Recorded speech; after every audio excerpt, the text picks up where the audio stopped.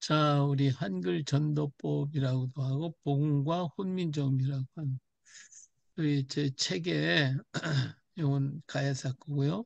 요 복음과 훈민정음 한글 전도법의 이 책을 중심으로 해서 말씀을 드립니다. 이 실용 한글은 이 책을 만들기 전에 만들었던 책이고요. 이건 복음과 훈민정음이 이제 한글 전도법을 전적으로 다룬 책입니다. 이제 제가 소개하는 책들이고요. 이 룻기는 제가 룻기를 이 강의를 좀 했는데 아주 룻기에 굉장히 은혜를 많이 받았어요. 그래서 요 특별히 원래 이제 설교집을 만들어봐야 팔리지도 않고 돈만 들어가니까 감당이 안 되거든요. 어, 그래서 이제 다른 책은 못 만들었는데 이건 한 만들었죠. 예. 아, 그리고 우리 서론으로 오늘은 훈민정음이 이제 걸어온 길에 대해서 말씀을 드리려고 합니다.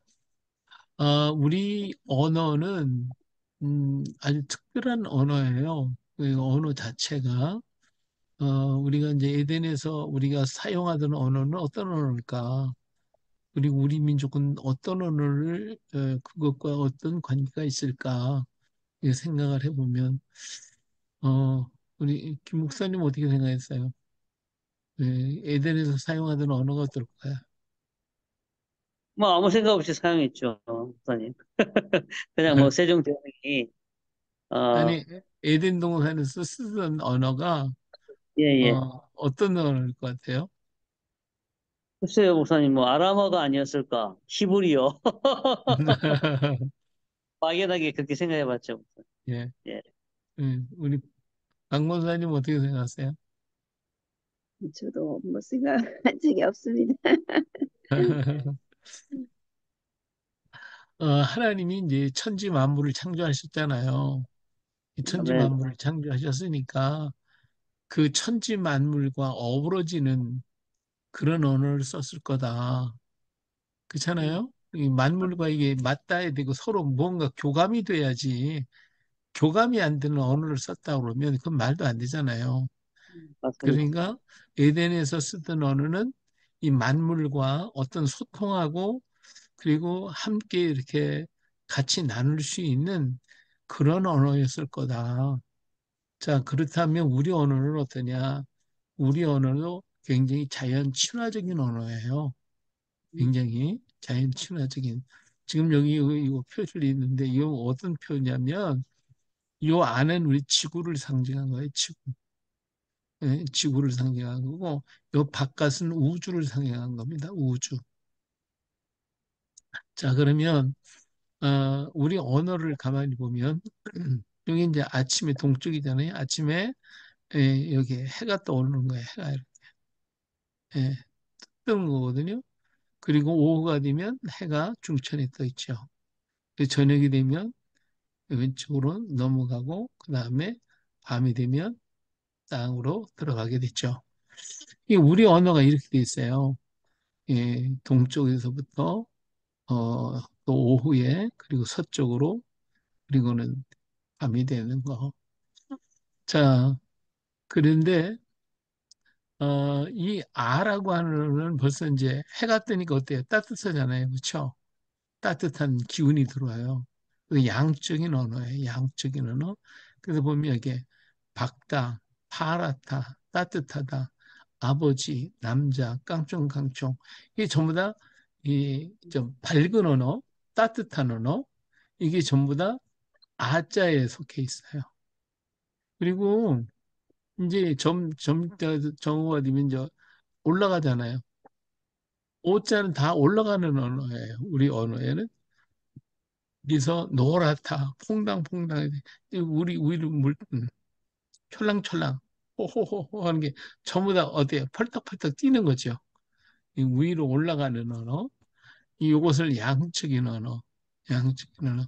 그런데 저녁이 되면 이제 해가 진단 말이에요. 그러니까 어두워져요. 어두워지기 때문에 이게 이제 음적인 언어가 되죠.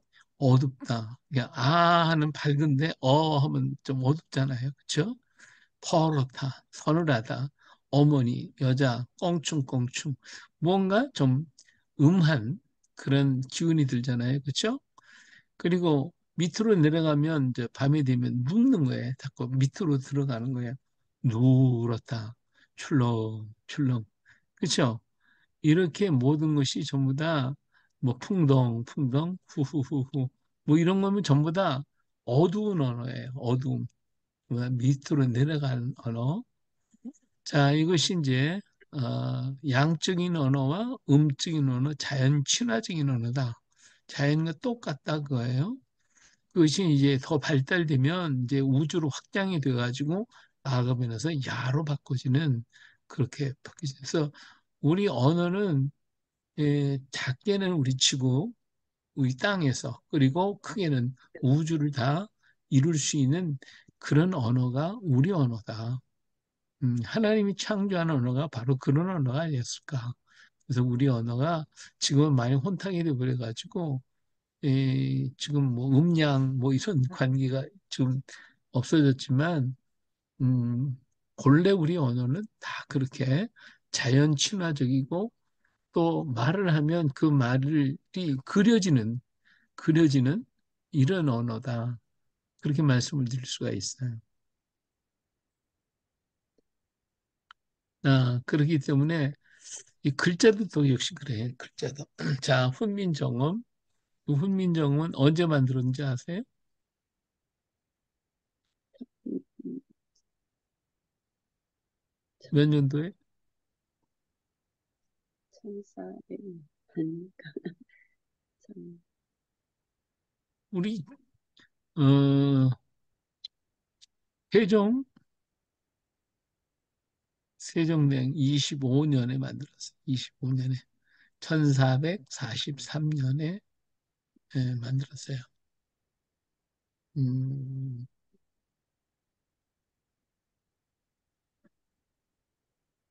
어, 조선이 건국한 해가 언제인지 아세요?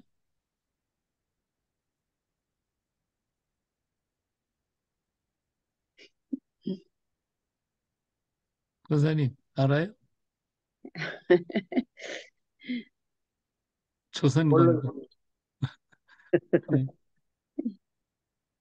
1392년 1392년이에요. 1392년.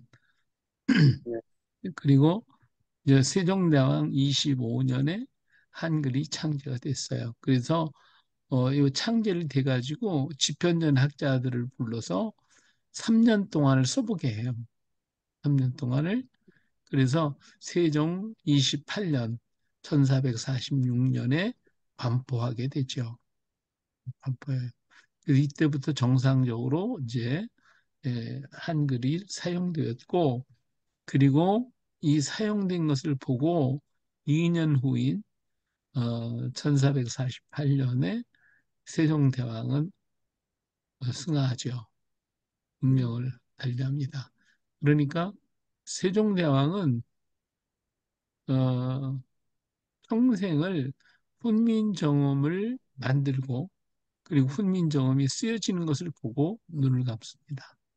그래서 다른 것도 많이 업적이 있는데 그 모든 업적보다도 이 한글만은 한글 하나를 가지고 평생을 보내신 분이 세종대왕이셔요. 예, 훌륭하신 분이네요. 예, 훌륭하신 분이네요. 예. 자, 훈민정음을 펴는데 그러면 어, 여기 봐요. 세종 10년에 시작이 있어요. 어, 음, 한글 만든 게 세종 10년이에요. 그때부터 시작을 했어요. 그리고 15년이 지난 25년에 완성이 됐죠. 그리고 집현전 학자들이 최고의 그 당시 엘리트 학자들이잖아요. 이 사람들에게 가르쳐 주고 그것을 가지고 써보도록 했어요. 그래가지고 정말 이것이 잘 쓰일 수 있는가 이거를 확인을 한 거지. 그래서 3년 동안 했어요. 그래서 완벽하다는 것을 깨달은 다음에 28년 10월 상달에 반포하게 됐죠. 그리고 그것을 가지고 한글을 가지고 어, 그 다시 말하면 국가의 고시를 말하면 한글로도 보고 하는 것을 보시고 흡족해 하시면서 30년에 승하했죠. 그러니까 일생을 훈민정음 제작에 투신하시다가 이것이 다 마치고 수연된 것을 보고서 돌아가시게 되죠. 대단한 분이시죠. 그러면 도대체 세종대왕은 어떤 분이셨기 때문에 또 왜 이렇게 한글에 전적으로 매달렸을까? 이제 이게 의문이 되잖아요. 그렇죠? 예, 모든 신하들이 이거 할 것 없이 전부 다 반대를 했거든요. 그랬는데도 자기는 이걸 했단 말이에요. 그 이유가 뭘까라고. 그러죠. 세종대왕은 그러면 어떤 분이었을까? 세종대왕에 대해서는 말도 많고 여러 가지가 문제도 많이 있지만 세종대왕은 1397년에 태어나요. 조선 건국이 1392년이니까 예, 5년 후에 태어나서 1450년에 돌아가시게 되죠. 근데 그분은 경천 애인의 정신을 가지고 계셨다. 그래서 그의 모든 삶에 애민 정신과 자주 정신을 가진 이런 마음을 가지신 분이셨다라고 하는 거예요. 그래서 굉장히 중요한 것이 이제 경천애인의 정신이에요. 그 백성을 애민 정신, 백성을 사랑하고 우리 민족이 자주적인 정신을 가진 남의 그 당시 중국이라고 하는 대나라의 오래 시대는 원나라한테 지배를 받았잖아요. 그래서 아주 지긋지긋한 거죠, 그냥. 그런 나라들한테 이제 예속이 되지 말고 우리가 자립할 수 있어야 된다라고 하는 그런 자주정신의 마음을 가지셨던 분이 바로 세종대왕이었다. 그러면 경천, 하늘을 공경하는 그런 마음의 자세는 어떤 것이 있었을까? 우리 성경 레위기 12장에 보면요. 이스라엘 자손에게 말하 이르라 여인이 임신하여 남자를 낳으면 그는 이래 동안 부정하리니 그 여인은 아직도 33일을 지내야 산열이 깨끗하리니 정결하게 되는 기한이 차기 전에는 성물을 만지지도 말며 성수에 들어가지도 말라고 했죠. 또 여자를 낳으면 그런 2일 동안 부정하니 산열이 깨끗하게 되면 66일을 지내야 하리라. 이런 말씀이 있어요. 그렇죠? 네. 어, 이러한 여자가 자식을 낳으면 그 몸이 정결해질 수 있는 기간이 남자는 33일이고 여자는 66일이다. 해가지고 어, 성경에서 그 여인들을 쉬게 만들었단 말이에요. 일도 못하게 하고 왜 딴 거 만지거나 그럼 부정하다고 그래가지고 일도 못하게 하고 쉬게 만들었단 말이에요. 하나님께서도 이렇게 했는데 세종대왕이요 우리나라 최초로 휴직을 했어요. 뭐 대단한 분이 이 당시에 이 누구한테 육아 휴직을 줬냐면 노예들한테 종들에게 이런 일을 했어요.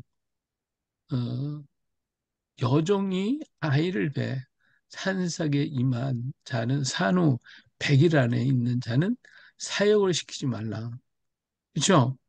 일찍이 법으로 세웠으나 그 남편은 전혀 휴가를 주지 아니하고 그 전대로 구실을 하여 삶을 구할 수 없게 그러니까 여자가 이제 아기를 갖게 됐으면 아기를 이제 산후 100일 동안을 일을 시키지 말라고 그랬어요.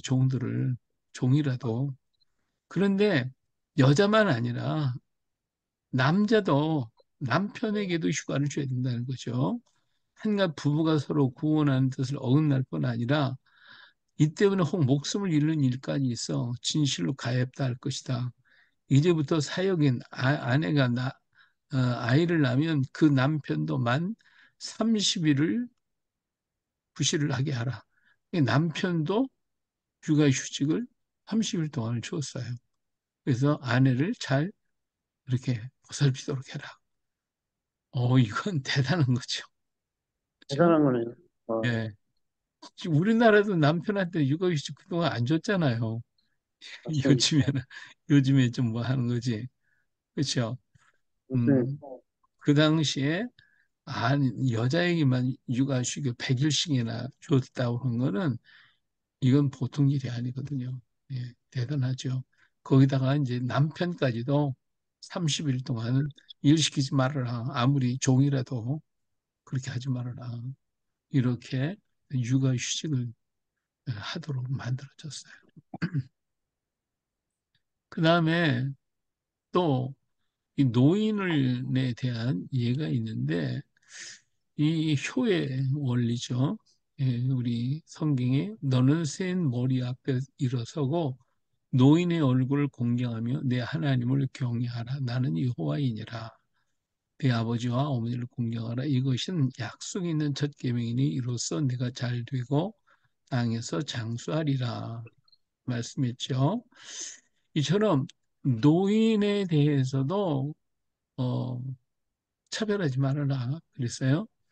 이 말은 뭐냐면 노인은 그 사람이 천하든지 귀하든지 뭐 양반 쌍놈 뭐 그거 가리지 말라는 거예요. 이 천한 노인은 양문에 나오지 말게 하자는 승정원의 건의를 물리치고 노인을 공경하는 이유에 대해서 노인을 귀하게 여기고 그 높고 낮음을 헤아리는 것이 아니다. 비록 천한 사람이라도 모두 참여하여 즐기게 하라. 이렇게 얘기를 했어요. 이 당시면 양반 상는 계급이 아주 분명했고 그랬는데 노인에 대해서는 양반 상는 땅에 지위 고하를 망을하고 하여튼 이 노인을 위해서 이렇게 양로원에 나와서 같이 참여해서 즐겁게 하도록 해라. 이렇게 얘기를 했단 말이에요. 그러니까 이건 뭐 그 당시로서는 엄청난 이게 이 승정원에서도 그렇잖아요. 승정원에서도 이 천한 여인은 오지 못하게 합시다. 그렇게 얘기를 하는데 이걸 물리치고 다 참석하게 해라. 노인은 공경해야 된다라고 하는 것을 말해주고 있어요. 자, 그 다음에 백성들을 얼마나 사랑했든지 가난한 사람들을 정말 사랑했어요.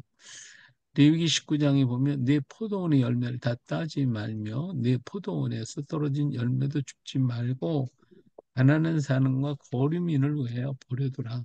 나는 너희의 하나님 여호와이니라. 네 형제가 가난하게 되어 빈손으로 네 곁에 있거든 너는 그를 도와 거류민이나 동거인처럼 너와 함께 생활하게 하라. 이 레위기에서 말씀을 하신 대로 이 가난한 사람을 하나님께서도 굉장히 귀하게 생각했잖아요. 도와주도록. 근데 이 세종대왕도 가난해서 혼기를 놓친 사람, 혼기를 놓친 그런 사람들을 결혼을 지원해줘라. 그래서 세종 가난하고 가난으로 혼기를 놓친 자를 안타깝게 여겨서 그 내외 친족으로 하여금 준비를 돕도록 하거나 그러니까 친족들에게 이제 얘기를 해가지고 그들을 결혼을 시킬 수 있도록 결혼할 수 있고 살 수 있도록 마련해 주라는 거예요. 근데 그것조차도 할 수가 없으면 관청에서 결혼할 수 있도록 지원을 해라. 그래서 그리고 그 중에서 특히 곤고한 사람에게는 관청에서 곡식을 주도록 해라. 그래서 아주 이 정말 결혼할 수 없는 그런 사람이 있으면 관청에서 주도를 해서 결혼시켜서 살 수 있도록 만들어줘라. 이렇게까지 정말 가난한 사람들을 지원했다라고 하는 것이 백성을 참 너무너무 사랑했던 사람인 것을 볼 수가 있죠. 그뿐만 아니라 이제 그 세종대왕은 운율과 의문학에 뛰어난 분이었어요.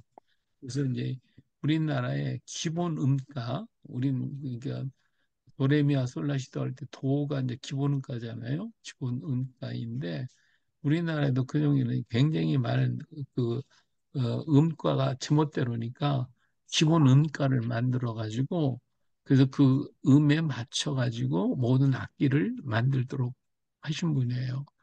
그래서 이 음률과 음운학이 아주 뛰어난 분이었기 때문에 이 지편전 학자들이 뭐 이러고 저러고 따져도 너희들이 이런 걸 아냐?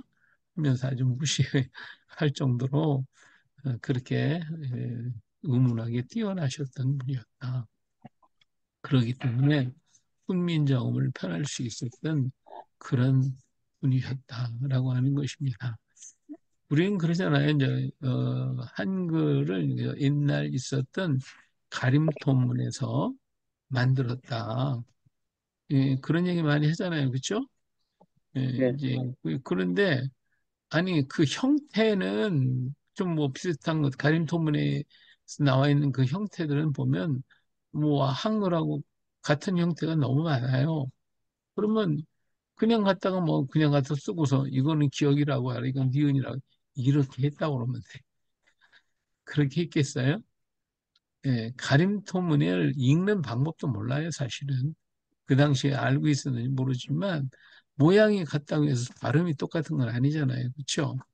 그러니까 맞습니다. 그 발음이 그 가림토문의 형상을 뭐 흉내를 냈다? 그것도 문제가 아니에요. 그것도 맞지는 않아요. 왜냐하면 이 자음 기억하면은 기억은 목구멍에서 이렇게 목구멍에서 바람이 이렇게 입으로 나오는 장면이잖아요. 기억이 되는 거잖아요. 그렇죠? 모양이. 그죠?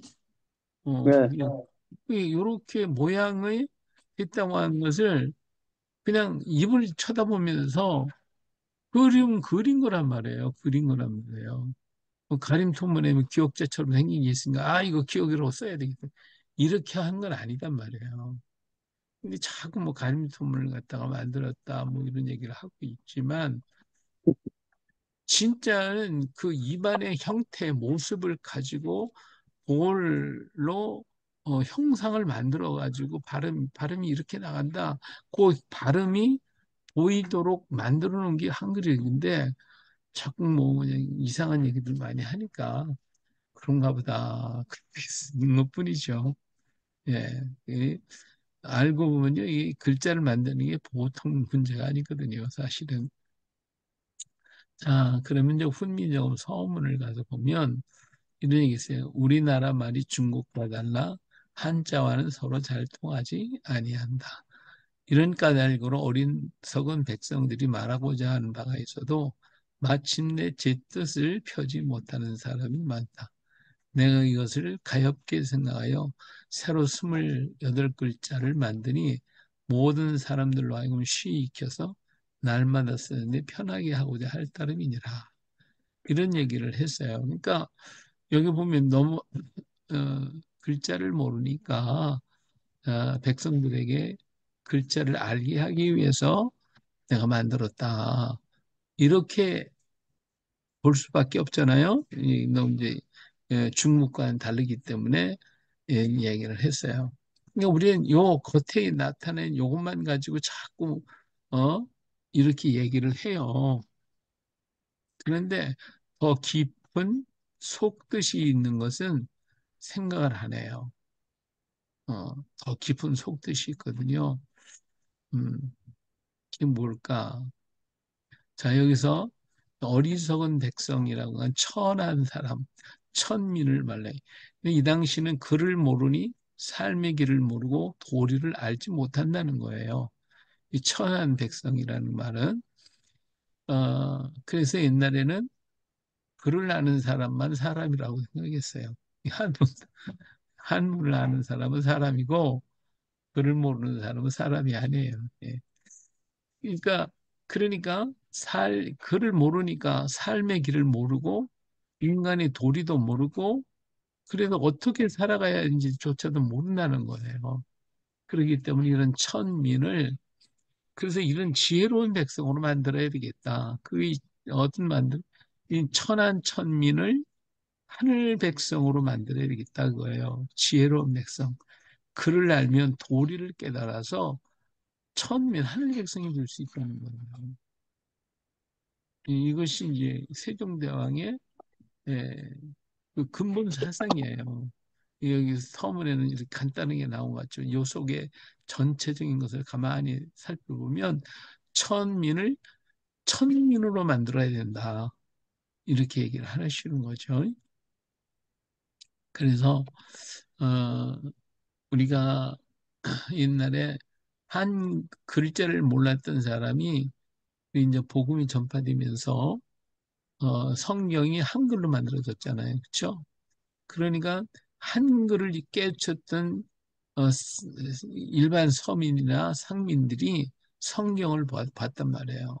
성경을 보더니 그 사람들이 바뀌어지고 변화되는데 사람들이 그렇게 생각했어요. 한문을 알아야 사람이 된다 생각을 했거든요. 그랬는데 아니 한문은 모르고 한글만 아는데도 사람이 되더라는 거예요. 오히려 한문을 아는 사람보다도 진짜 사람이 한글만 아는 사람이 더라는 거예요. 음, 그러니까 얼마나 놀랐어요. 그렇죠? 그래서 야, 이제 한글만 배워도 사람이 되는구나. 오히려 한문 아는 놈들은 도둑놈들이 많은데 한글을 아는 사람들은 정말로 사람같이 됐구나. 하늘 백성이 됐구나. 이렇게 깨닫게 되고 그래서 사람들이 다투어서 한글을 배우기 시작을 합니다. 예. 자, 만일에 오늘 우리에게 한글이 없다면, 우리 문자가 없다면 지금 어떤 문자를 쓸 것 같아요? 한- 한문. 우리 권사님은요? 한자를 쓰겠죠. 한자요? 예, 예. 제가 생각하기에는 한자는 너무 숫자가 많아서 어려우니까 아마 일본말 쓰진 않았을까 생각해요. 일본 글자. 왜냐면 일본 36년 지배받았잖아요. 그죠? 음, 그래서 모두가 다 일본 글자를 쓰게 됐잖아요. 그렇죠? 맞습니다. 예, 그러니까 우리가 일본에 독립됐다고 말하면서도 글자가 없었다면 아마 지금 일본 글자 쓰고 앉아서 우리 독립했다고 그래. 맞습니다. 맞습니다. 얼마나 기가 막혀요. 그렇잖아요. 맞습니다. 정말 안타까운 그런 일이 아닐 수가 없어요. 근데 우리에게 한글을 하나님이 미리 만들어 주셨다는 거, 아, 네. 이거는요, 어마어마한 큰 선물이었고, 이 민족의 축복이다라는 것이죠.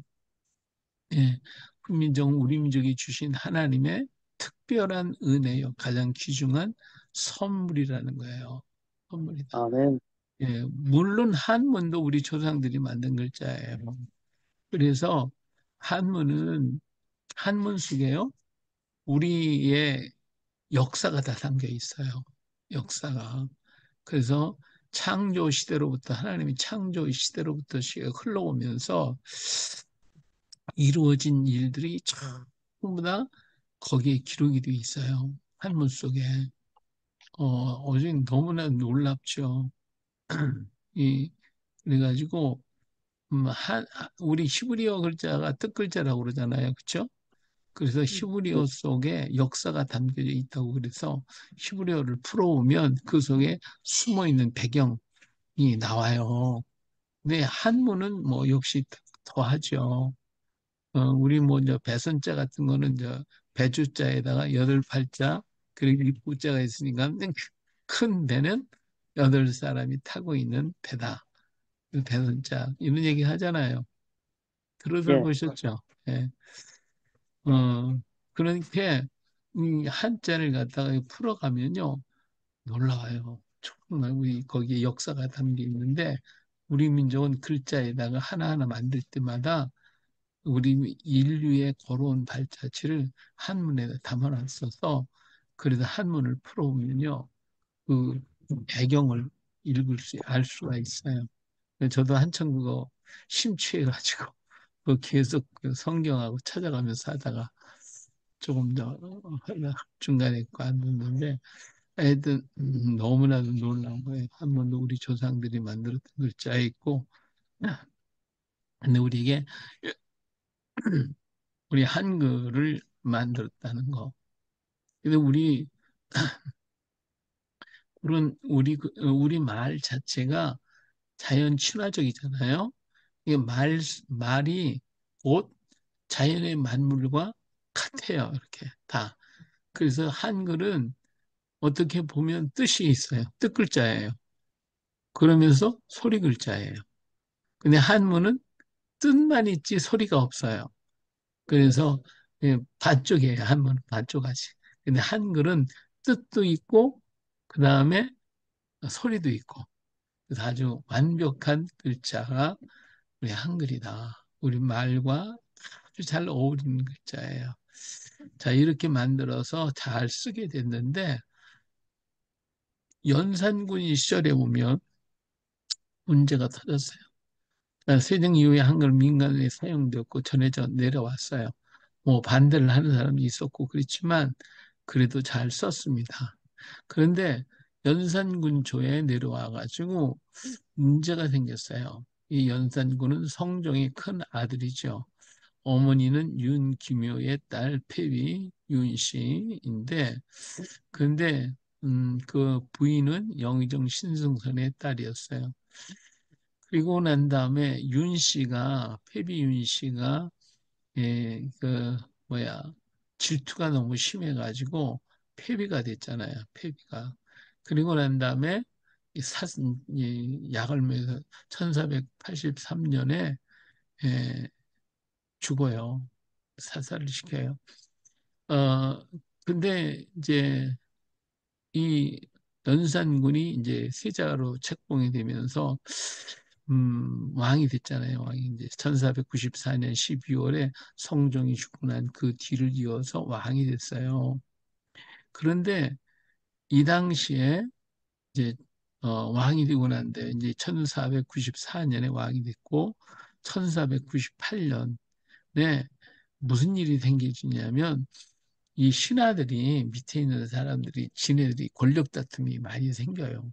그러다 보니까 이 자기 어머니 그러니까 이 연산군의 어머니 윤 씨가 윤 씨를 죽게 만들었던 그 대신들 있잖아요.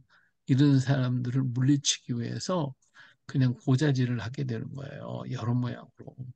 그래서 이 사실을 깨닫게 되죠.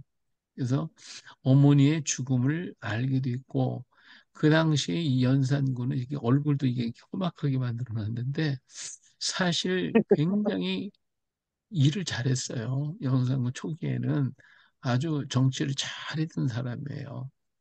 근데 이 밑에 있는 것들이 지네들이 권력 다툼을 하면서 그러다가 서로 그냥 죽이는 하고 이 연산군한테 어머니의 죽음의 실체를 알려주게 됐단 말이에요.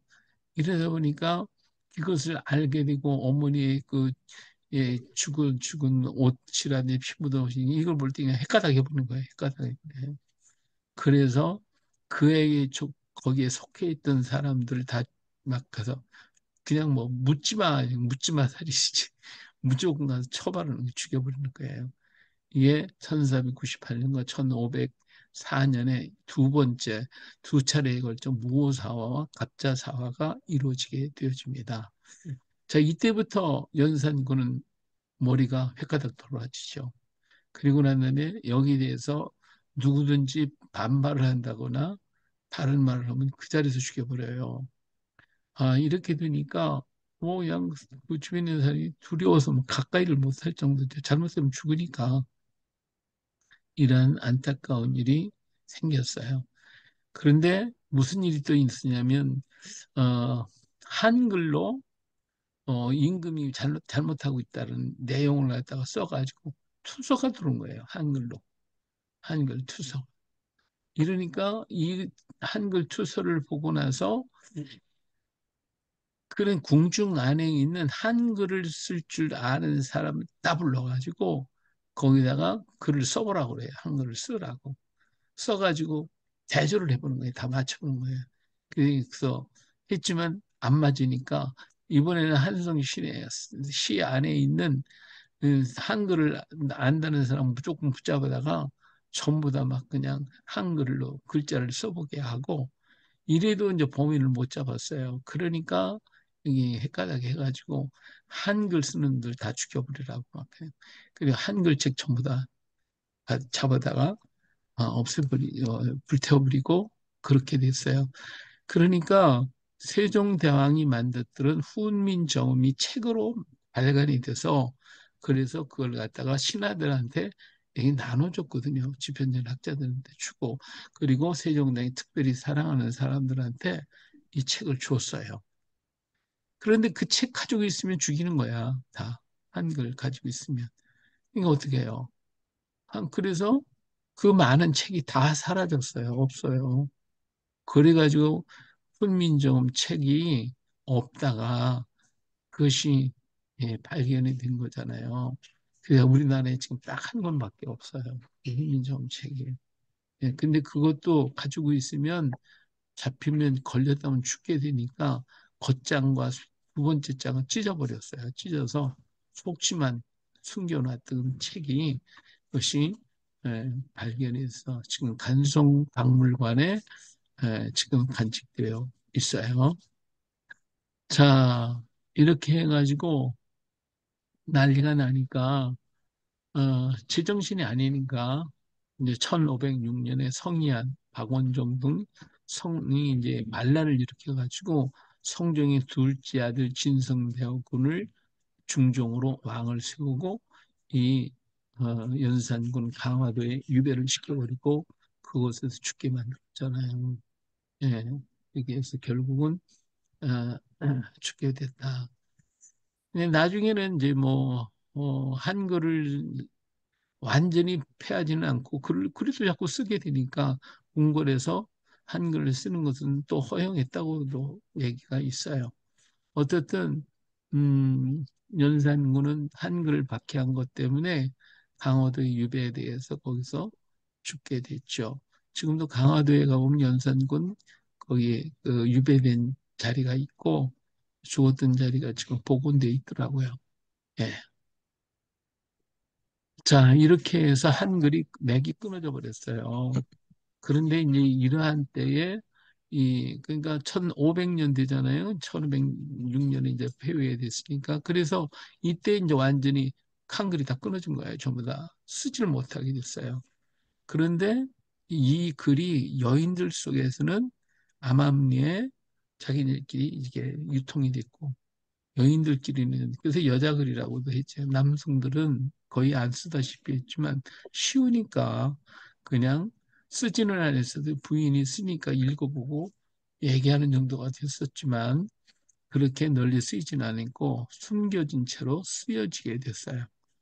자, 그때 이제 우리나라에 이제 최세진 선생님이 일어나서 그때 흩어졌던 훈인 정엄을 저 한글을 모아가지고 그래서 이 글자들을 가지고 훈몽자회를 만들게 되죠. 3360자의 한자에다가 한글로 음과 훈을 달고 한글의 자모 명칭을 기록했어요. 다시 말하면 자, 자음, 애기음이라고 지금 그러는데 자음, 이 기억이라고 하는 이 글자, 기억이라는 글자를 이 최세진 선생님이 기억이라고 이름을 붙여준 거예요. 한문으로 기역이라고 이름을 이렇게 붙여줬어요. 이게 붙여줬어요. 어, 아마 이것은 한문도 과거에는 지방마다 읽는 게 달랐다고 그래요. 중국에서도.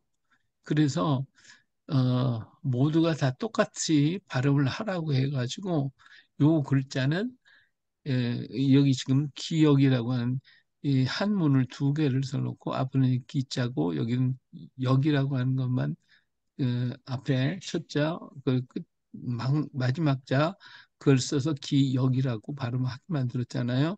마찬가지로 한문도 그런 식으로 해서 발음을 하도록 어, 했어요.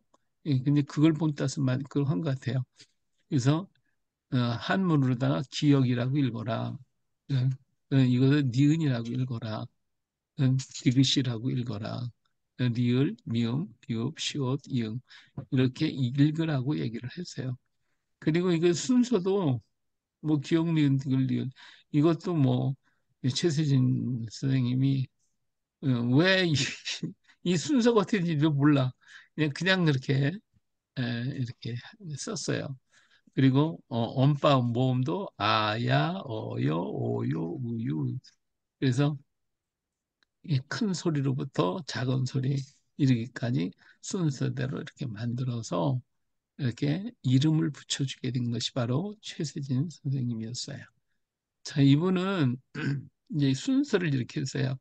초성에 보통 첫 소리에 쓰여지는 글자, 그래서 그걸 기억니은, 디귿, 리을, 미음, 시옷해서 처음에 쓰는 거, 그리고 혼자 쓸 수 있는 글자들, 이런 글자들을 이렇게 해서 정리를 한 거예요.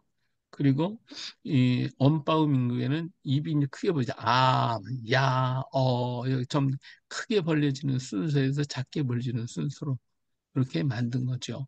이렇게 배를 해가지고 이제 고음과 자음을 나누고 요걸 가지고 이제는 이런 도표를 만들었어요. 반절음표라고 해가지고 이 도표를 만들어서 우리가 지금도 이제 각야, 어교, 고교, 구교 그거 있잖아요. 그런 표를 만들어 가지고 176자의 반절 본문을 만들어서 그냥 암송시켜 버렸어요. 다 읽으라 암송하라고.